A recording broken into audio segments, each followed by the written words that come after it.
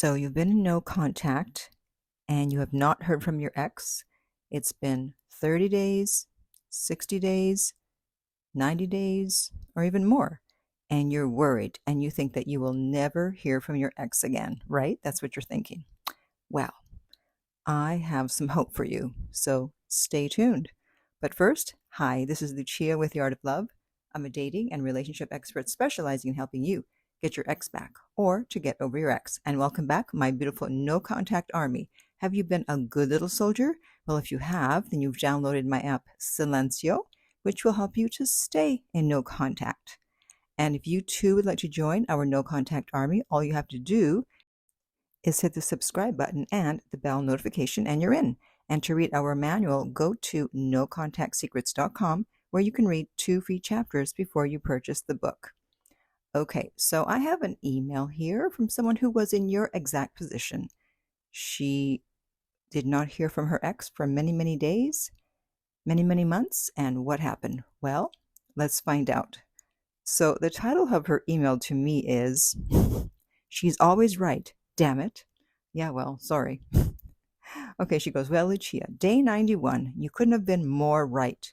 I'm still in shock. Well, I'm not. And it's been 3 days. 90 days no contact, and guess who showed up unannounced the evening of day 91? Yep, back on bended knee with the ring I had FedExed him back. All apologies and willing to do whatever it takes. I'm rarely tongue-tied or shocked. I was and maybe still am, and I'm not sure what's going to happen next. Those days away give you a clarity that's hard to attain when you're with them. That's right. But thanking you and your app Silencio for talking me down off the ledge many times during those long 90 days. Pay attention, folks. This gal knows her stuff. Well, thank you. So, of course, I had to find out the details, which I will now give to you. Okay, so they dated for 1.5 years before the 90-day split.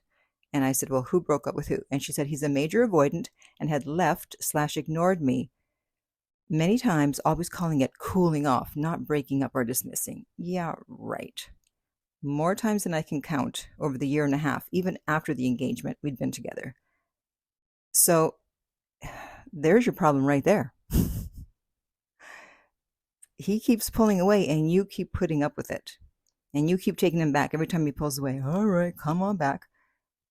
People are going to treat you the way you allow them to treat you. And if they know that they can pull away and you'll always take them back, then they'll just keep on doing it. Why wouldn't they? It serves them. It works for them. But if there's a consequence, it's like F around and find out. If there's a consequence the first time they do it, or at least the second time, because maybe the first time you're not so sure, then you would not have this where he keeps pulling away and you just keep putting up with it. So a lot of times we contribute to our own problems in relationships because we put up with way, way, way too much. So she says, this time, however, during another one of his dismissals, I warned him to get his butt back here. We never cohabitated and communicate or fix it, or I would be done. Of course, he ignored her. Yeah, because he thought, yeah, right, okay, yeah, whatever. You always taking me back, so why wouldn't you? So he got his ring back overnight. You finally stood up for yourself. So I said, what was the reason for the breakup? And she said, okay, well, the reason stated above. He started ignoring me again because I told him that the fact that he was getting up all night kept me awake. That's abusive. Like, he ignored you because you told him that he kept you awake. This isn't about being an avoidant. I'm an avoidant and I wouldn't do that. This is abusive. And then she says, I got up for the ungrateful baby on Monday mornings for 1.5 years to make him food for the entire day/night. Okay, listen to me, ladies. This is for the ladies. Some of the guys are going to be upset with me for saying this, but you know what? I don't care. Ladies, stop acting like the hired help, okay? He's not your son. He's not your child that you have to get up and make food for him. He's not an invalid. I don't know what the circumstances are, but it sounds like you didn't want to get up every Monday morning for 1.5 years to make food. Well, then don't. Okay? especially because you're not living together. And women think, oh, well, if I cook for him and if I clean for him, do his laundry, act like the hired help, he's going to fall in love. He's going to want to marry me. No, he's not. They don't give a damn about that unless that's all they're looking for, which, hey, some guys are. They just want hired help, free hired help.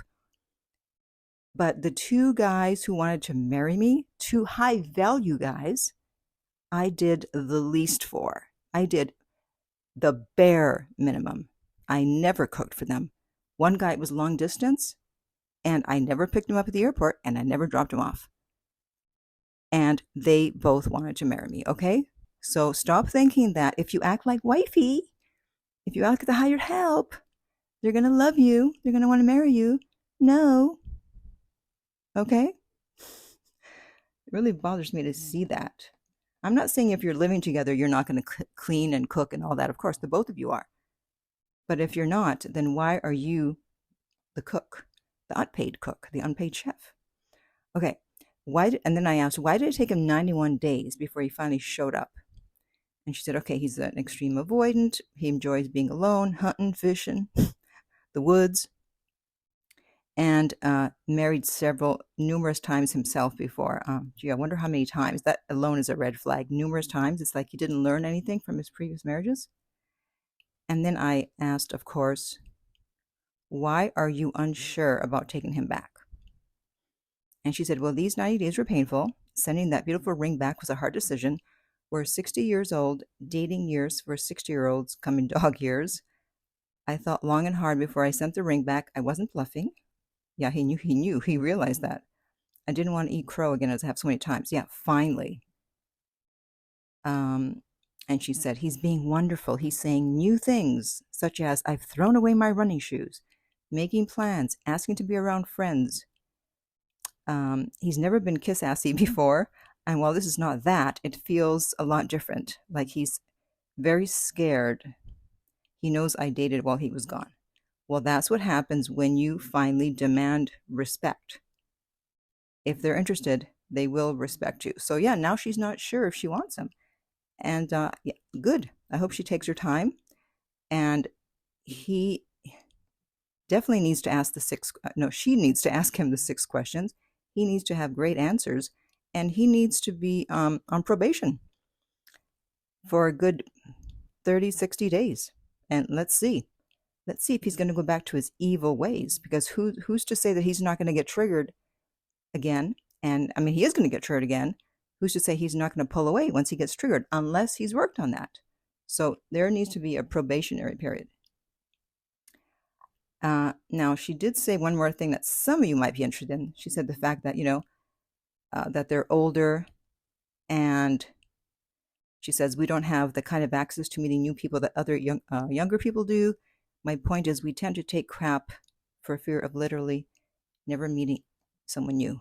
No, you take crap for fear of never meeting someone new. Not everyone does. And she says there's less places for older people to meet people. There's meetup groups. There's a lot of senior events. There's dance events. And guess what?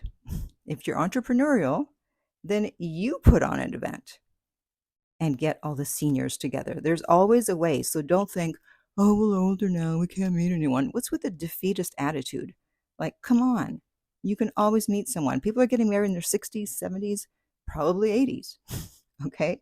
So don't think that age means that you have to put up with BS and not being treated correctly. You should never do that at any age. All right? So hopefully, for those of you listening, this has given you some hope that even if you don't hear from your ex, not a peep, not a breadcrumb, nothing, that at some point, if you were a good partner, and if the interest is still there, which often it is, they will all of a sudden show up. Not everyone breadcrumbs. Some people just stay away, and then one day, poof, I'm back. I can't take it anymore. I want you. And now as she said, he's literally begging. So hang in there. Do not give up. So now I want to hear from you. How long have you been in no contact, and how's it going?